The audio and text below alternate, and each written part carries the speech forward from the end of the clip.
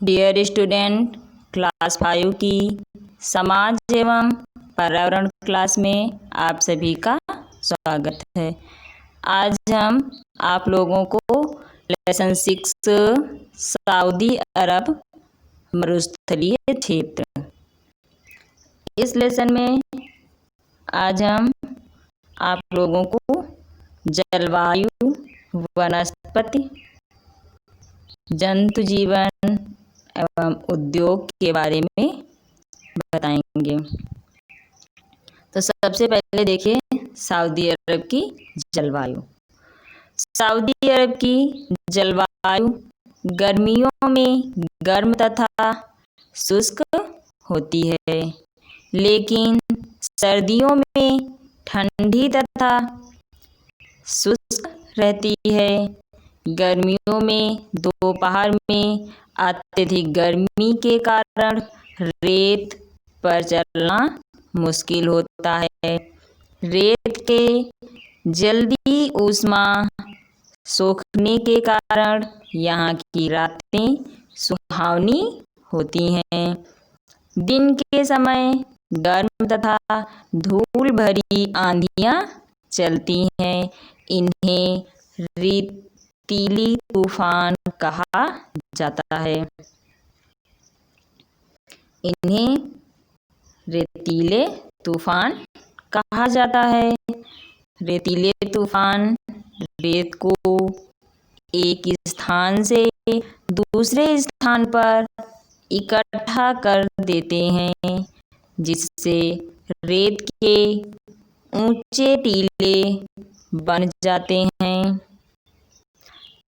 रेतीले तूफान रेत को एक स्थान से दूसरे स्थान पर इकट्ठा कर देते हैं, जिससे रेत के ऊंचे टीले बन जाते हैं। अब देखिए सऊदी अरब की वनस्पति के बारे में। सऊदी अरब की भूमि अधिकतर वनस्पति रहित होती है। शुष्क क्षेत्र होने के कारण यहाँ बहुत कम पौधे उगते हैं। अधिकांश मरुस्थलीय पौधे लंबी जड़ों वाले होते हैं।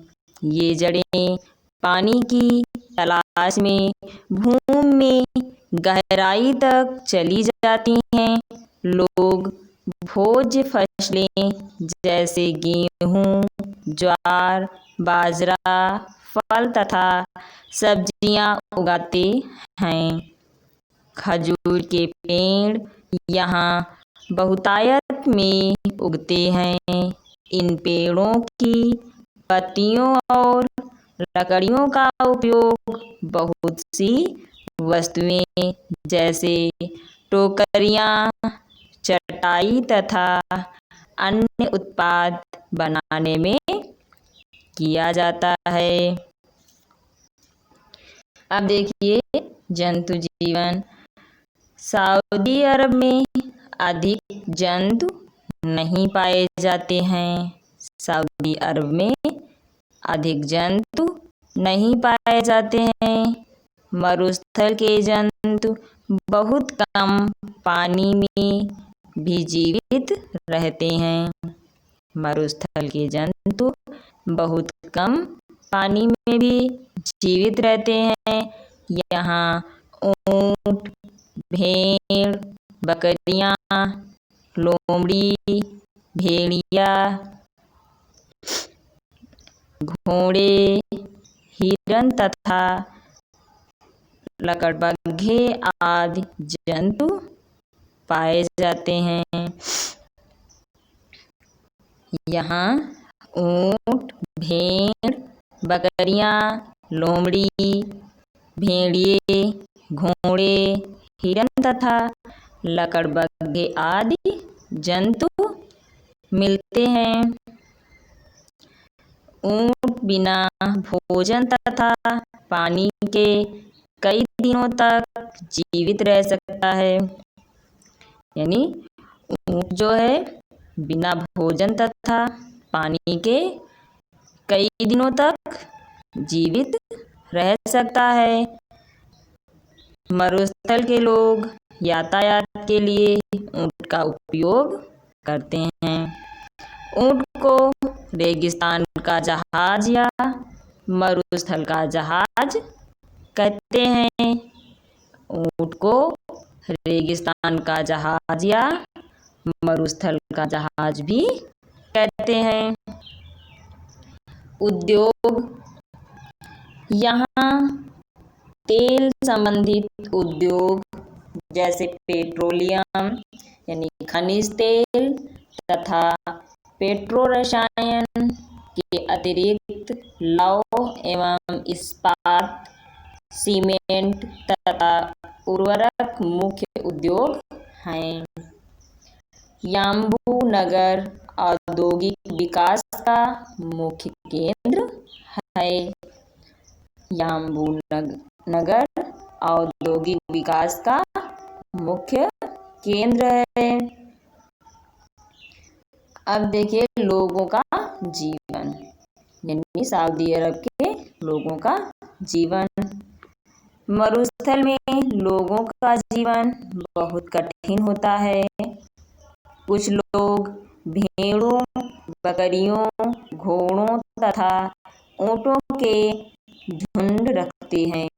ये लोग बंजारे कहलाते हैं। ये लोग क्या कहलाते हैं? बंजारे कहलाते हैं।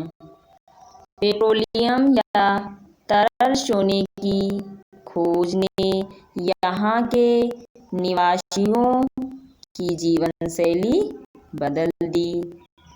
पेट्रोलियम या तरल सोने की खोज ने यहाँ के निवासियों की जीवन शैली बदल दी। इस खोज से पहले अधिकांश लोग गरीब थे। अब उनका जीवन स्तर बहुत ऊंचा हो गया है। शहरों में सभी आधुनिक सुविधाएं उपलब्ध हैं। विद्यालय तथा कॉलेज सऊदी अरब में स्थापित हो गए हैं। विद्यालय तथा कॉलेज सऊदी अरब में स्थापित हो गए हैं। कुछ लोग परंपरागत जीवन जी रहे हैं। कुछ लोग परंपरागत जीवन जी रहे हैं। इन लोगों को बंजारे या बद्दू कहते हैं। ये अपनी बकरियों, भेड़ों, ऊँटों आदि के साथ हरे चारे की खोज में एक स्थान से दूसरे स्थान पर घूमते रहते हैं। ये ऊँट या बकरी की खाल से बने तंबुओं में रहते हैं। बंजारों की जीवन शैली अब बदल गई है। बंजारों की जीवन शैली अब बदल गई है। वे सभी आधुनिक सुविधाओं जैसे इमारतों, पार्कों, यातायात तथा वातानुकूलित मकानों का आनंद लेते हैं। यहाँ दुकानें तथा सुपर बाजार हैं जो कि सभी विलासी सामानों से परिपूर्ण है। यहाँ दुकानें तथा सुपर बाजार हैं जो कि सभी विलासी सामानों से परिपूर्ण हैं। आप सभी विद्यार्थी इसे ध्यान से पढ़ेंगे और अपनी कॉपी पर लिखकर दिखाएंगे। धन्यवाद।